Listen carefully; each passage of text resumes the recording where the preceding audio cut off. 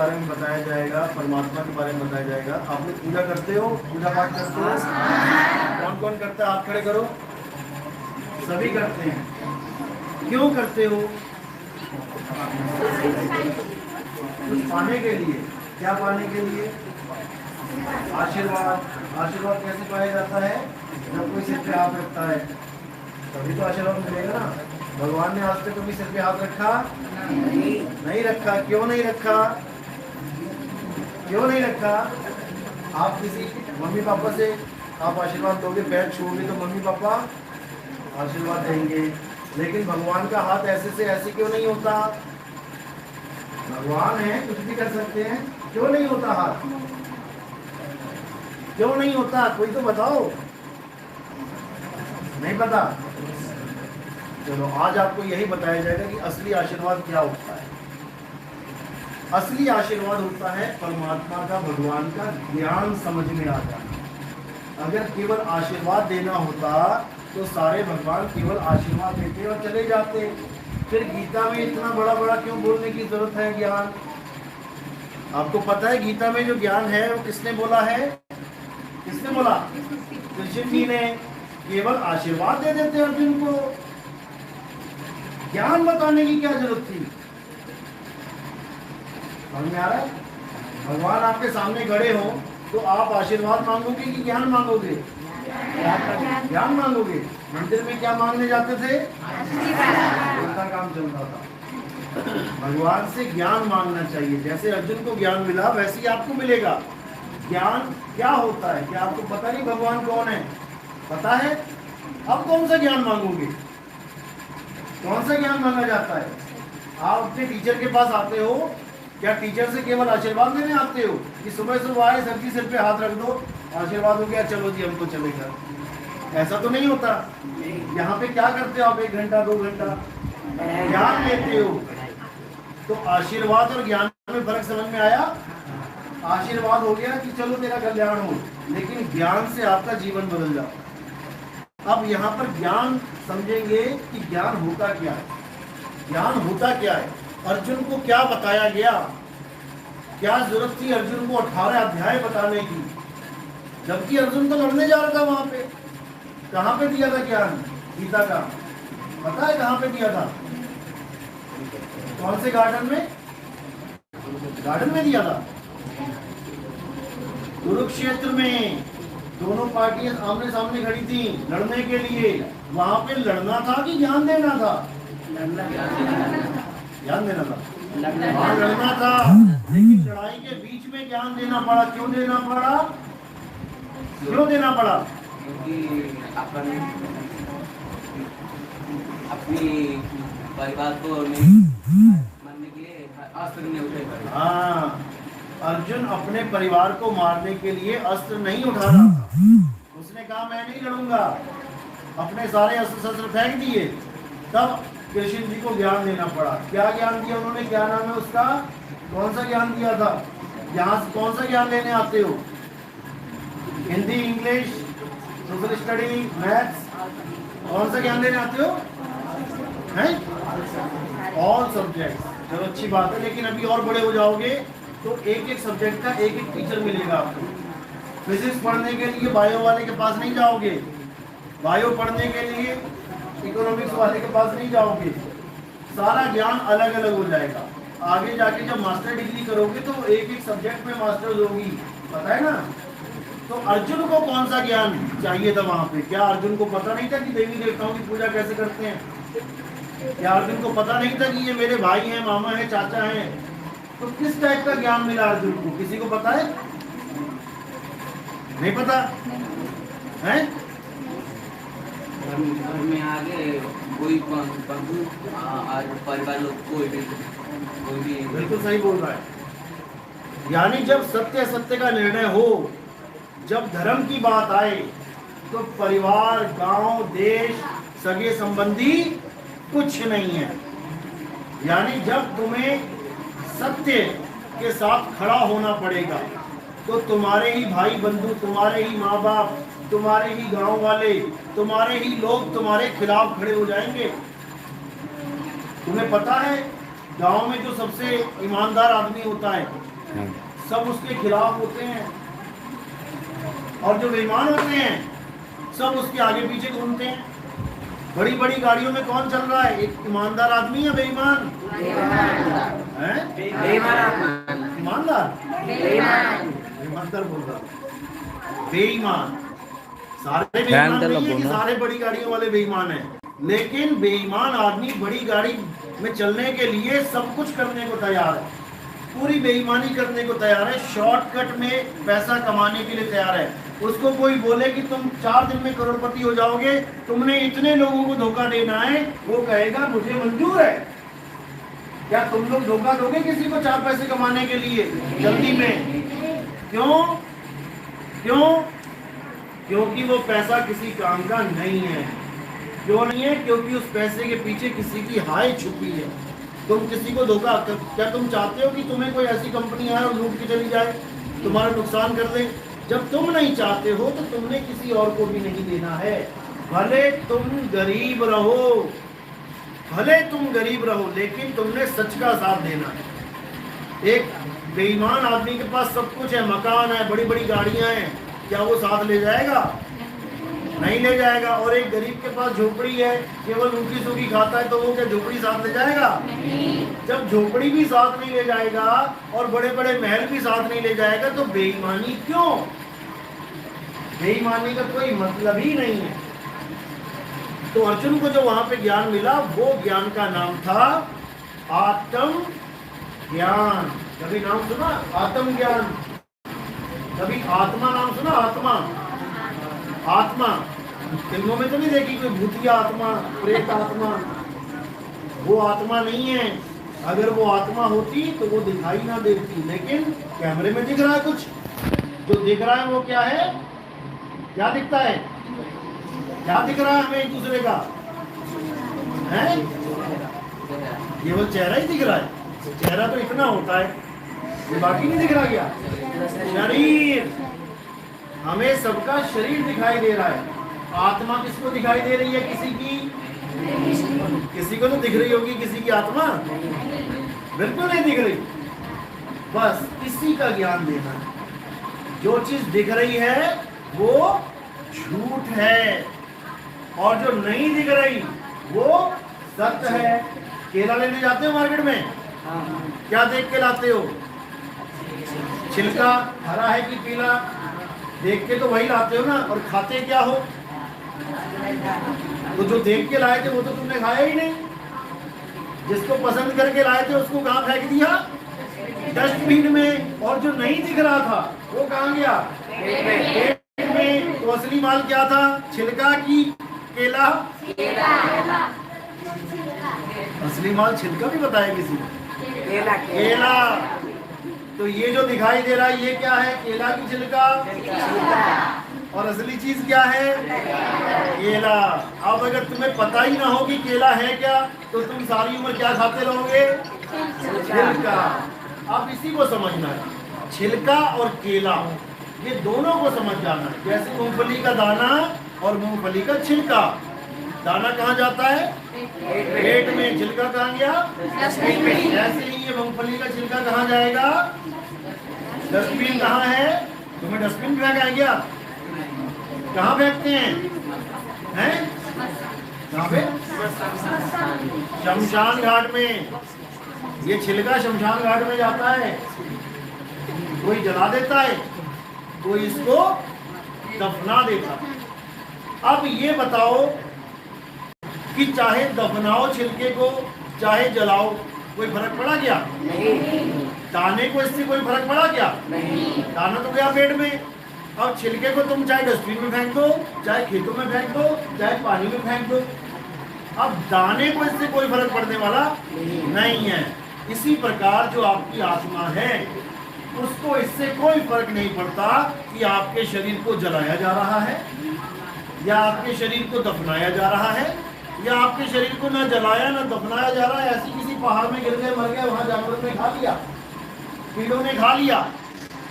यानी कि शरीरों का अंतिम संस्कार करने से तुम्हारी आत्मा को कोई फर्क नहीं पड़ता। लोग क्या कहते हैं, अगर अंतिम संस्कार नहीं किया तो क्या हो जाएगा, भूत बन जाएगा। केदारनाथ में 4 लोग आदमी मर गए थे, पता है कितने लोग मरे? लेकिन एक का भी अंतिम संस्कार नहीं हुआ। तो फिर वो 4 लाख भूत बन के अब तक तो तबाही मचा दी होगी। 4 लाख का मतलब होता है, अगर इस गांव में 4 लाख लोग आ जाएं तो आपको भागने को रास्ता नहीं मिलेगा, अगर आपके दुश्मन है तो। 4 लाख लोग, और वो तो लोग छोड़ो, तो भूत बन गए फिर तो। 4 लाख भूत जहाँ पे डेरा डाल लें वहाँ पे तबाही मचा दें। लेकिन ऐसा नहीं होता है। ये जीवात्मा जैसे ही शरीर छोड़ती है, ये वापस कहाँ चली जाती है? माँ के, कहाँ से आए आप लोग? माँ के पेट से आए ना सारे। कोई बिना पेट वाला तो नहीं है? नहीं, सारे आए ना। देख लो एक बार, फिर सोच लो, सारे ही माँ के पेट से आए ना। और शरीर छोड़ के दोबारा कहाँ जाओगे? माँ के पेट में। हाँ, क्यों जाओगे? क्यों जाओगे? दोबारा जन्म लेने। दोबारा जन्म कौन कौन लेना चाहता? हाथ खड़े करो। ये क्या बात है, पूरा भारत ही लेना चाहता है। मरना कौन कौन चाहता है? हाथ खड़े करो। मरना कौन चाहता है? अभी चेहरे करा देंगे। गलत हाथ नहीं खड़ा करना। देखो डुप्लीकेट हाथ। अभी कुत्ता पीछे पड़ जाए तो भागेंगे गाँव से। ये मरेंगे ये लोग। कहना आसान होता है, मरने में हालत खराब हो जाती है। बड़े बड़े लोग कांपने लग जाते हैं। तुम लोगों ने हाथ खड़ा कर दिया, मैं वापस आना चाहता हूँ। वापस आने से पहले जाना पड़ेगा। और जब तुम्हारा हल्का सा तुम्हें कोरोना हो गया तो घर में ऐसे दुबक के बैठ जाओगे। किडनी फेल हो गई तो हालत खराब हो जाएगी। जो कहीं कहेगा बकरे की बलि चढ़ा दो, उसको भी कटवा लोगे ठीक होने के लिए। ये आसान है कहना कि हम वापस आना चाहते हैं, लेकिन जाने में हालत खराब हो जाती है। इसलिए तुम्हारा उद्देश्य क्या होना चाहिए? क्या होना चाहिए? आना है कि नहीं आना है? फिर आना है। अरे भाई, आने से पहले माँ के गर्भ में जाना पड़ेगा। उल्टा लटक जाओगे वहाँ पे। यहाँ तो अंगड़ाई लेते हो बढ़िया से, वहाँ अंगड़ाई भी नहीं ले पाओगे। पता है ना कैसे पैक होता है बच्चे गर्भ में? हाथ हिलाने को तरस जाओगे, हालत खराब हो जाएगी। अगर एक दिन तुम्हें चादर में बांध के रख दिया जाए, पूरा एक दिन 1 घंटा, तो तुम्हारी हालत खराब हो जाएगी। लेकिन वहाँ पे 9 महीना तुम्हें बंद होना पड़ेगा। और किस लिए? केवल दोबारा जन्म लेने के लिए। क्या तुम्हारा जन्म होता है? तुम्हारा जन्म होता है? नहीं। तुम्हारी डेट ऑफ बर्थ है किसी की? तुम्हारी है? तुम्हारे शरीर की है? तुम्हारे शरीर की। और तुम्हारी डेट ऑफ बर्थ क्या है? तुम शरीर हो कि क्या हो? शरीर हो। तुम अंत समय में शरीर को छोड़ के चले जाओगे कि नहीं? तो जो छोड़ के गया वो कौन है? तुम शरीर हो कि आत्मा? शरीर। तो जब तुम आत्मा हो, तो तुम्हें शरीर के बिना भी रहने को स्थान मिल जाएगा। जब शरीर में नहीं आए तब भी तो कहीं रहते थे, कहीं तो रहते थे। शरीर में आते ही हम उस जगह को भूल गए जहाँ हम रहते थे। अब हमारा घर कहाँ बन गया? शरीर में। अब हम अपने आप को जिंदा तब मानते हैं जब तक इस शरीर में रहते हैं। यानी एक तोता उड़ रहा था, उड़ते उड़ते उसने कुछ दाने देखे, दाने खाने के लिए जमीन पे आया, बहेलिए ने उसको पकड़ के पिंजड़े में डाल दिया। पिंजड़े में तोता डल गया। अब वो आजाद हो गया कि बंधन में है? बंधन में है। तो जब तक तोता पिंजड़े में है वो बंधन में है। अब तोता कहाँ है और पिंजड़ा कहाँ है?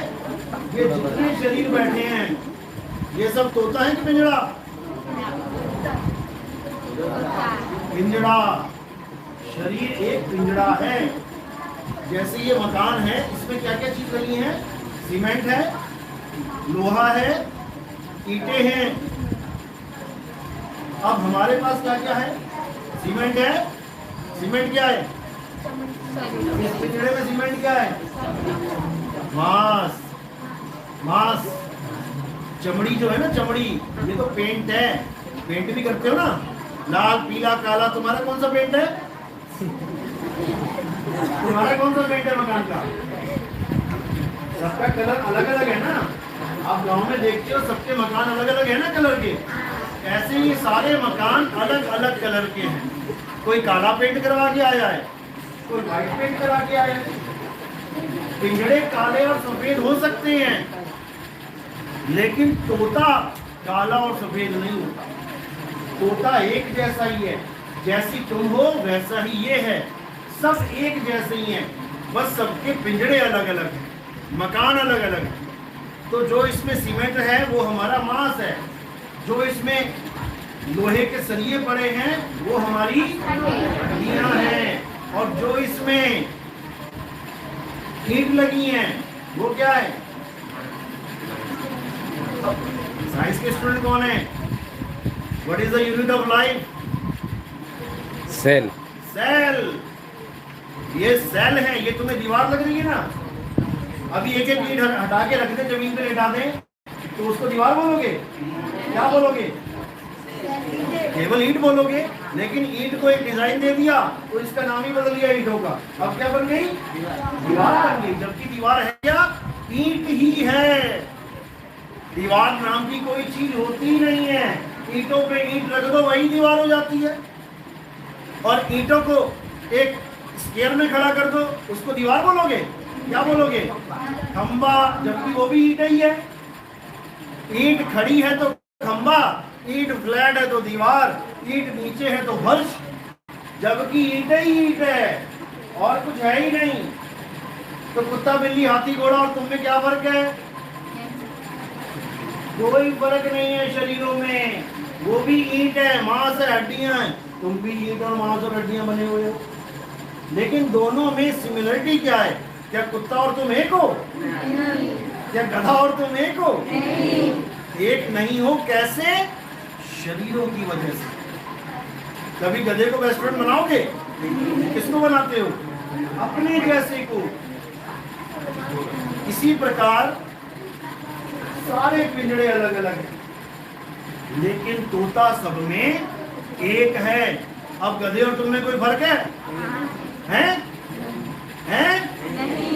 नहीं। यानी तुम भी गधे ही हो। गधा शरीर का नाम है। गधे में भी एक जीव है जो दिन भर बोलता है ढैचू ढैचू, और तुम क्या बोलते हो? तुम ये अक्षर बोलते हो। कोई फर्क नहीं है। कुत्ता बोलता है भाऊ भाऊ, बिल्ली बोलती म्याऊ म्याऊ, तुम बोलते हो काका गागा पापा बाबा। वो भी तब बोलते हो जब किसी ने सिखा दिया। तुम्हारे गांव में कोई बहरा है? कोई बहरा है जिसको सुनाई नहीं देता है? वो कौन सी भाषा बोलता है?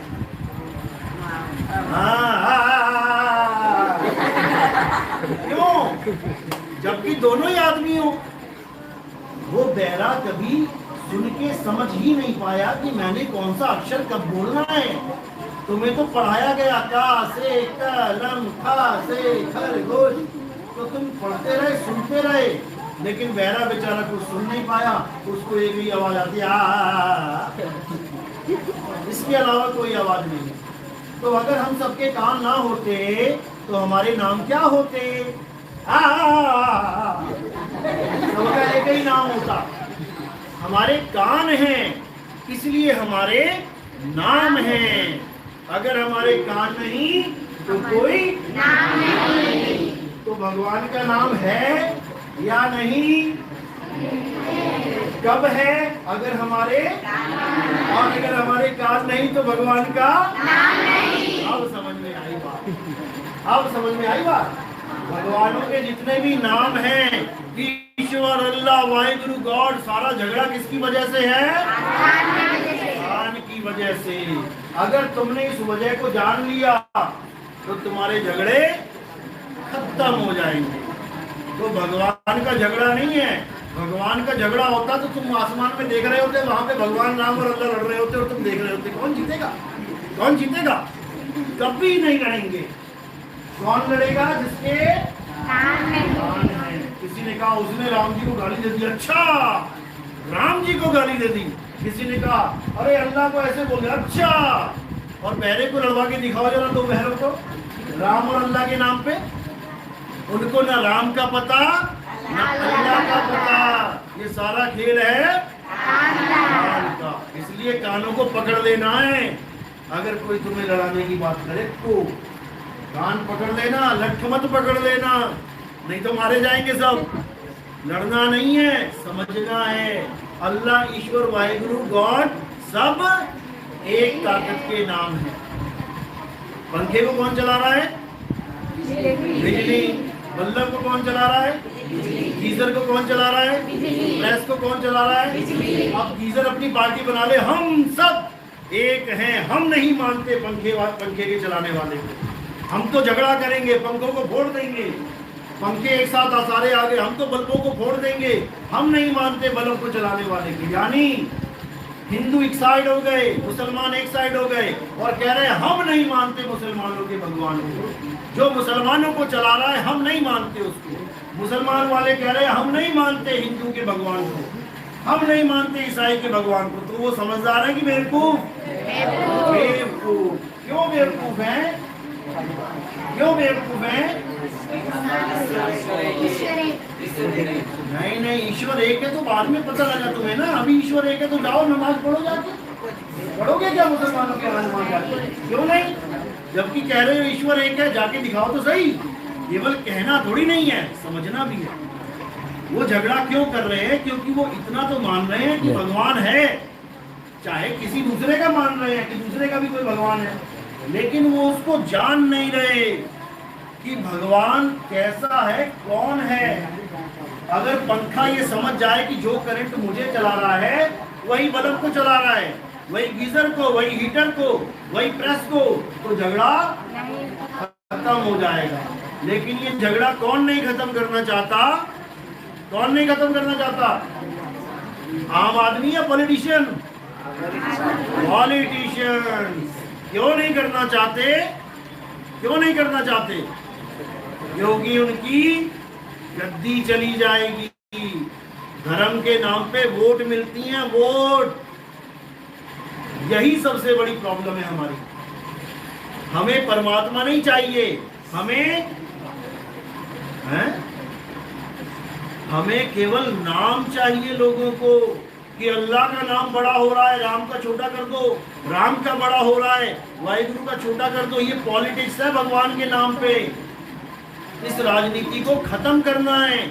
हम सब एक हैं, हमारा परमात्मा एक है और हम कोई शरीर नहीं है। लड़के कितने हाथ खड़े करो, लड़कियां कितनी हाथ खड़े करो। इतना समझाया अभी भी समझ नहीं आया।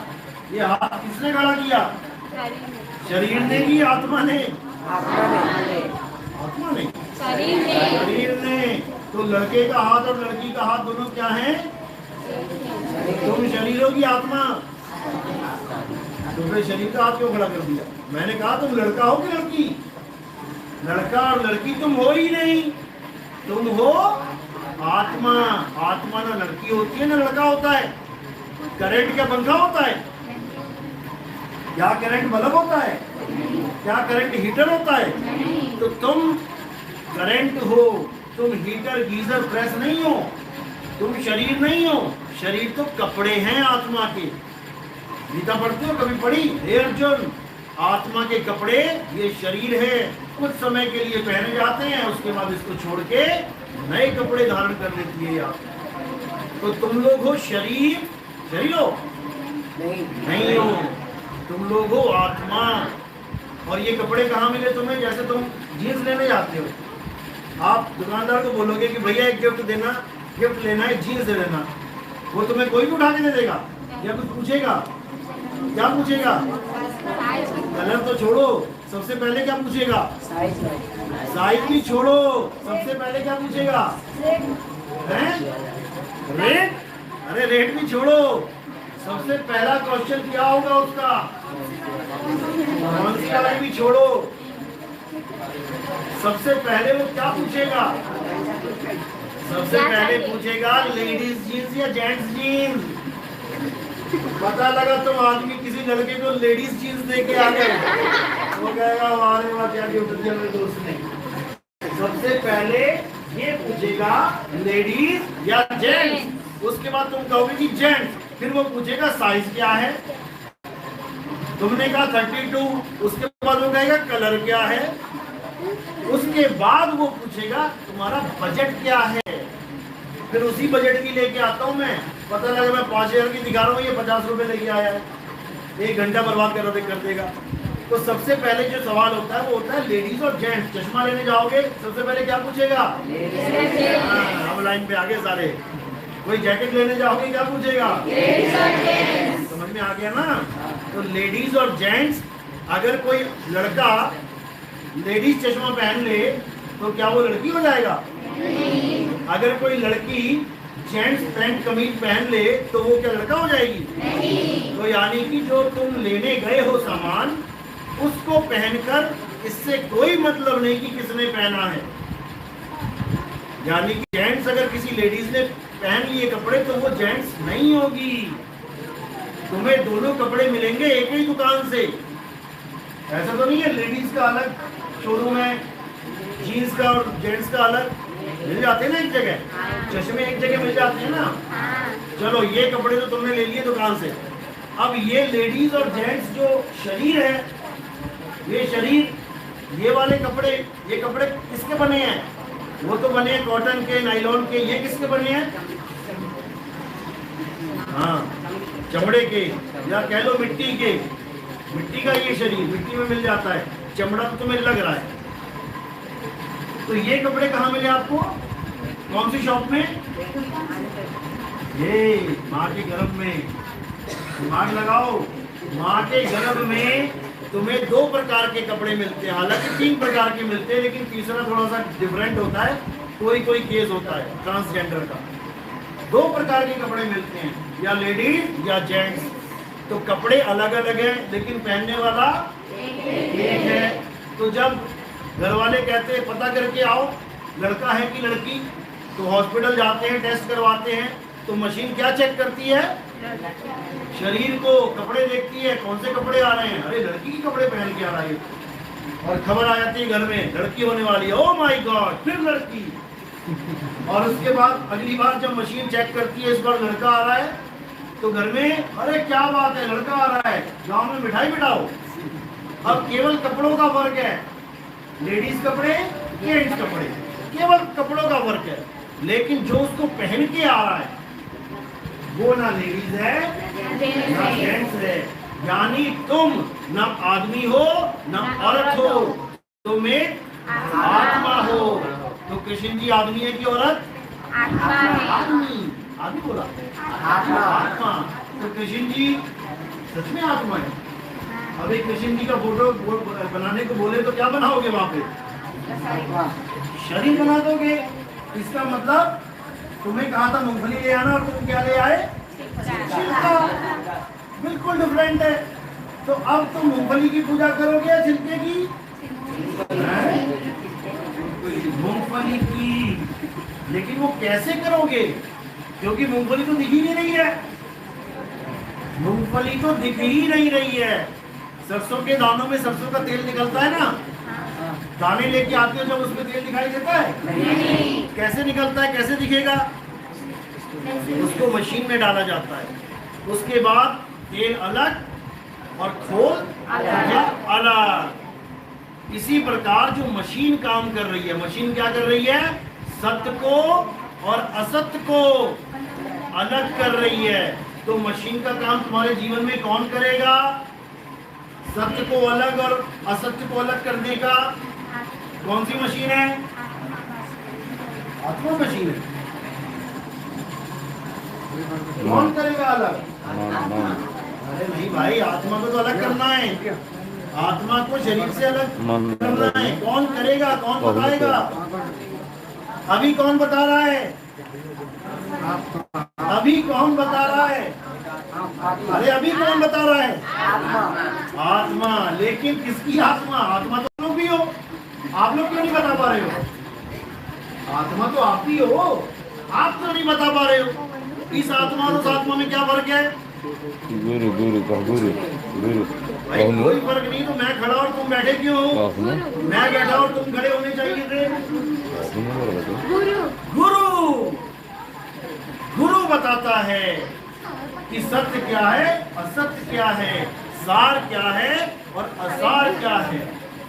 गुरु बताता है ज्ञान क्या है, अज्ञान क्या है। इसलिए हमें गुरु धारण करना चाहिए कि नहीं? करना चाहिए। जिसकी आप पूजा करते हो कृष्ण जी, क्या उन्होंने गुरु धारण किया था? हाँ, नाम पूछूंगा गुरु का, हाँ और नाम नहीं चलेगा। किया था कि नहीं? सुदामा को कौन जानता है? सुदामा कौन था? कृष्ण जी का दोस्त। कहाँ पे मुलाकात हुई थी उनकी?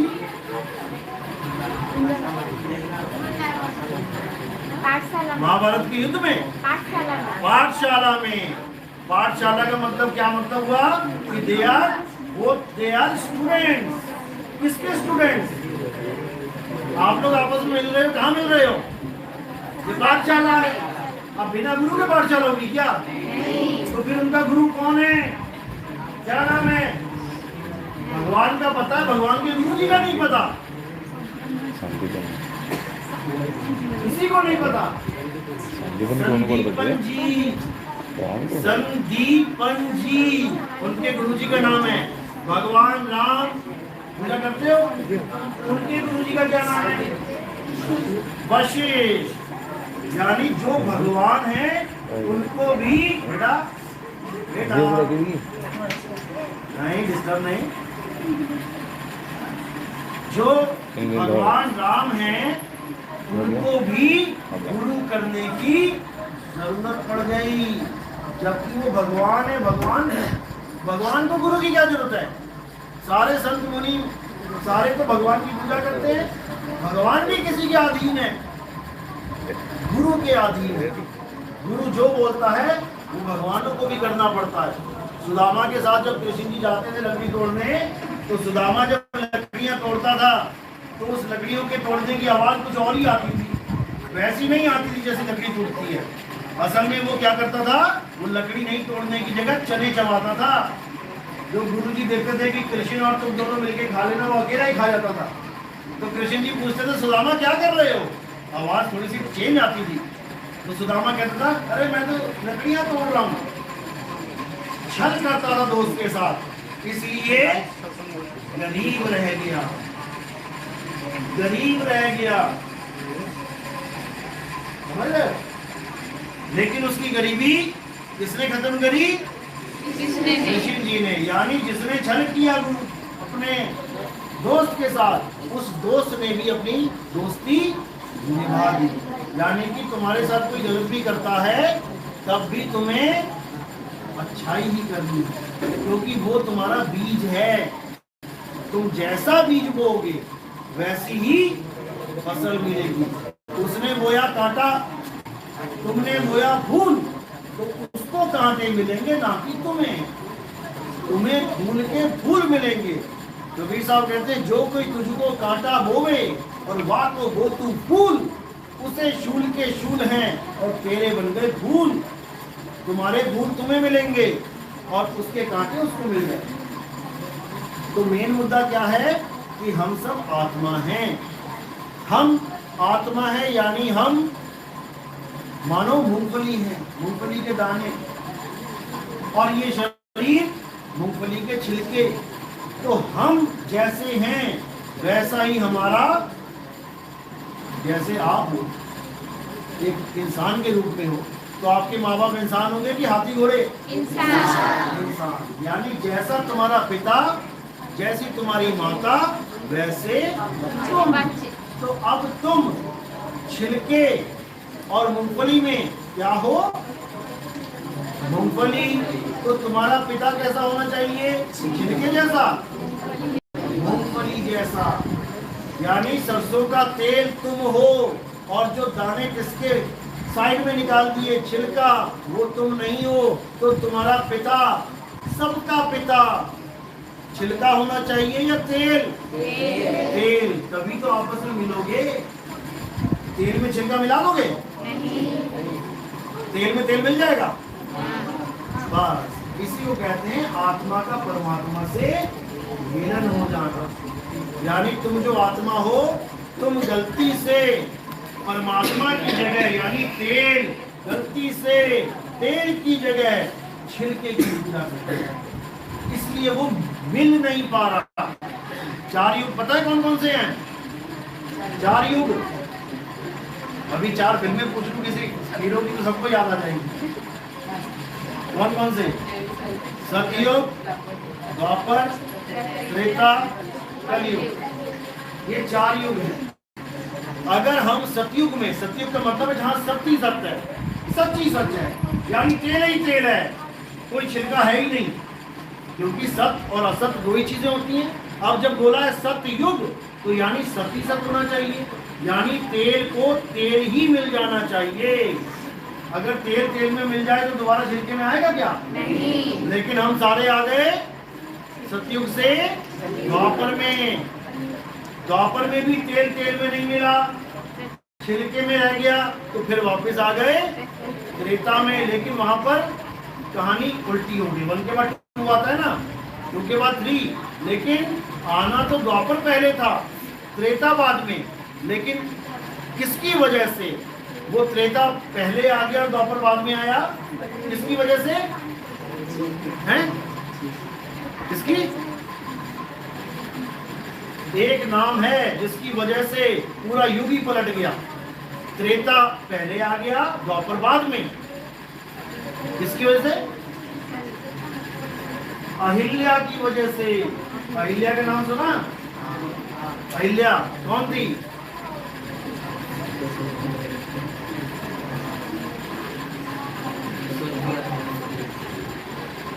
स्वर्ग की अप्सरी नहीं थी, एक ऋषि की पत्नी थी जिसको श्राप लग गया था। उसके पति ने श्राप दिया था, तू पत्थर की बन जा।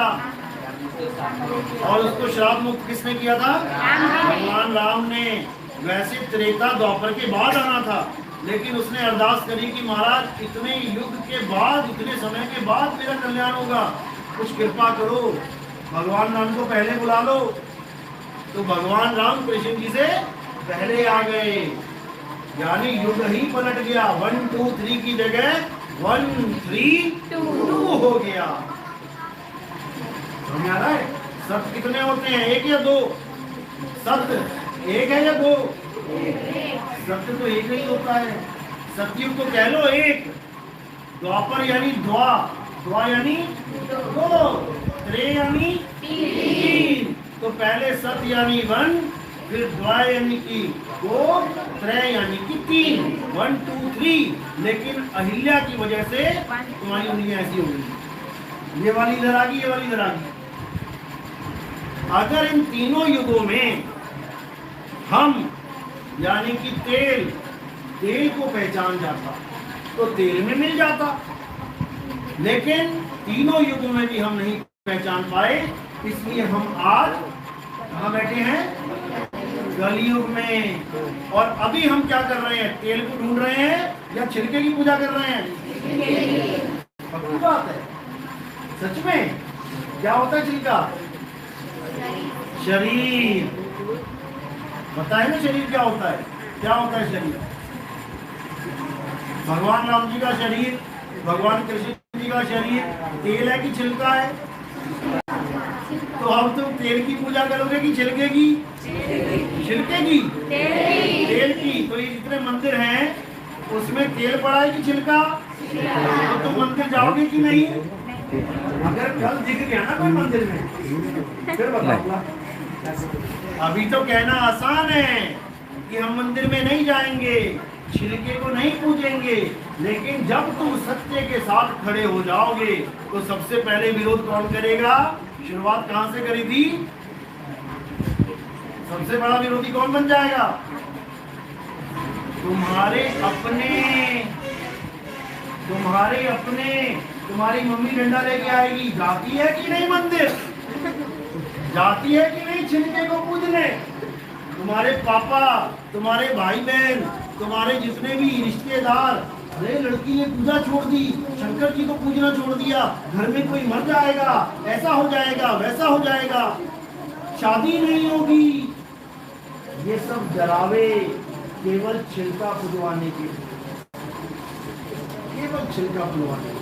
लेकिन अगर तुमने फिर से छिलका पूजा तो फिर से वापस आ जाओगे। अगर वापस आना है तो दिन रात छिलके पूजो, और अगर परमात्मा में मिल जाना है, दोबारा माँ के गर्भ में नहीं आना है, दोबारा इस दुनिया में नहीं आना है। इस दुनिया में क्या है, मजा है कि दुख है? दोनों है, दोनों लगा रहता है। दोनों है। मजा कुछ क्षणिक का होता है, कुछ समय का, और दुख बड़ा लंबा होता है। लेकिन दुख भी जाता है, ऐसी बात नहीं है।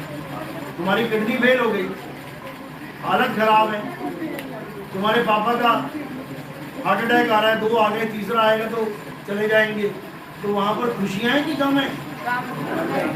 गम है। क्यों है? क्योंकि शरीर है। अगर शरीर ना हो तुम्हारे पास तो किस किस की किडनी फेल होगी? किसको बीपी हाई हो जाएगा?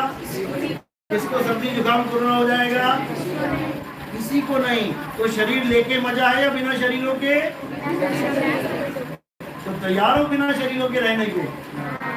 सोच लो, उसके बाद कभी जन्म नहीं मिलेगा, उसके बाद आना जाना खत्म हो जाएगा, उसके बाद तुम हमेशा के लिए उस परमात्मा में रहोगे, परम आनंद में रहोगे, जो सच्चिदानंद। सच्चिदानंद का नाम सुना किसी ने? सच्चिदानंद किसके से सुना? हाथ खड़े करो। सच्चिदानंद, भगवान सच्चिदानंद, जय सच्चिदानंद। सुना है? हाथ खड़े करो। जिसने भी किया है सुना है? क्या होता है सच्चिदानंद? सच्चिदानंद क्या होता है? कौन सा भगवान है?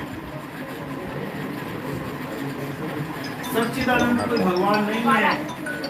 सच्चिदानंद कोई भगवान नहीं है। फोन काट दो, फोन काट दो। परमात्मा। हाँ, सच्चिदानंद का मतलब होता है परमात्मा। परमात्मा का मतलब परम शरीर नहीं, परमात्मा, हमें अपने में मिलाने वाला, वो सच्चिदानंद है। सच्चिदानंद तीन टुकड़ों में बटा हुआ है।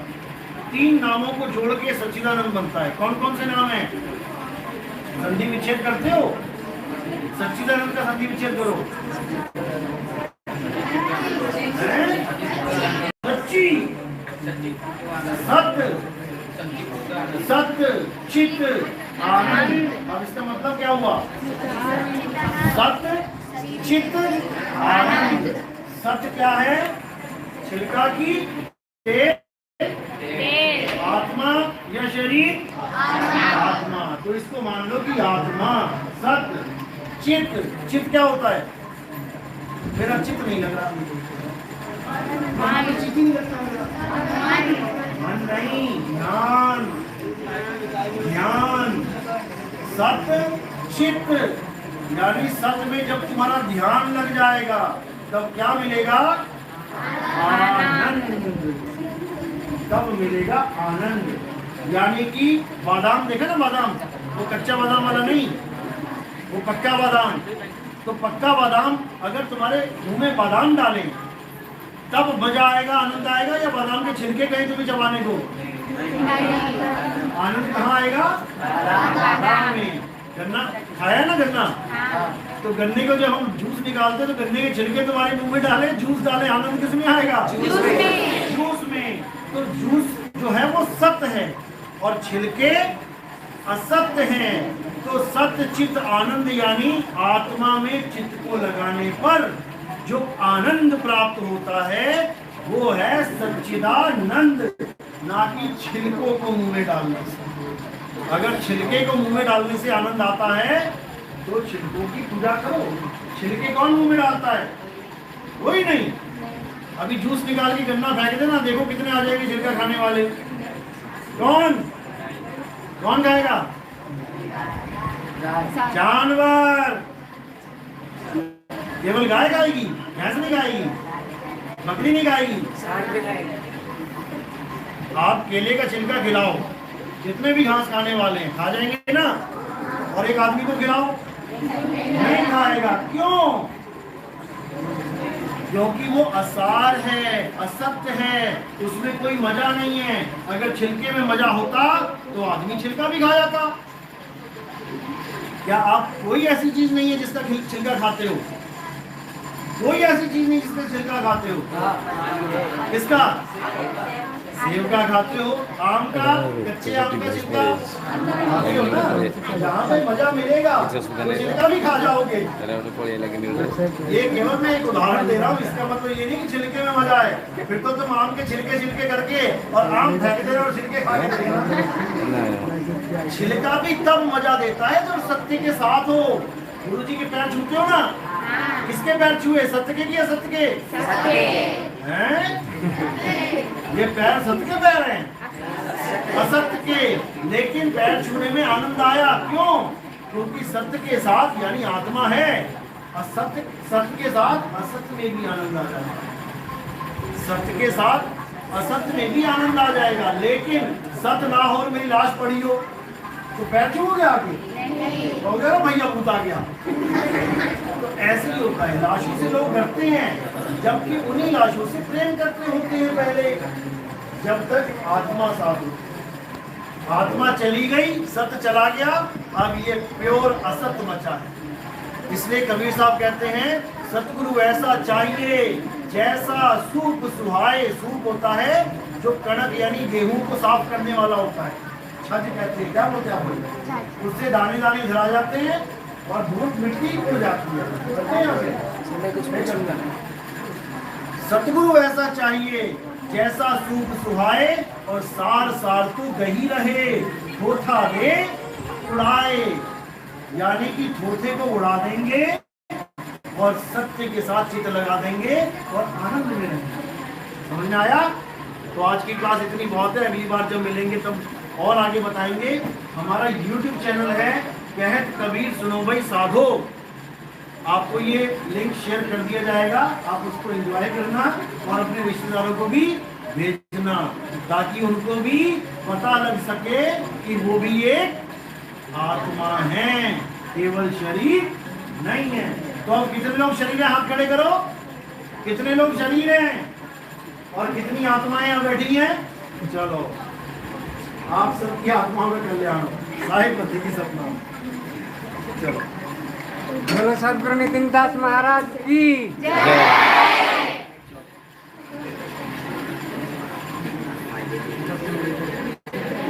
मजबूत डॉक्टर की भाषा है।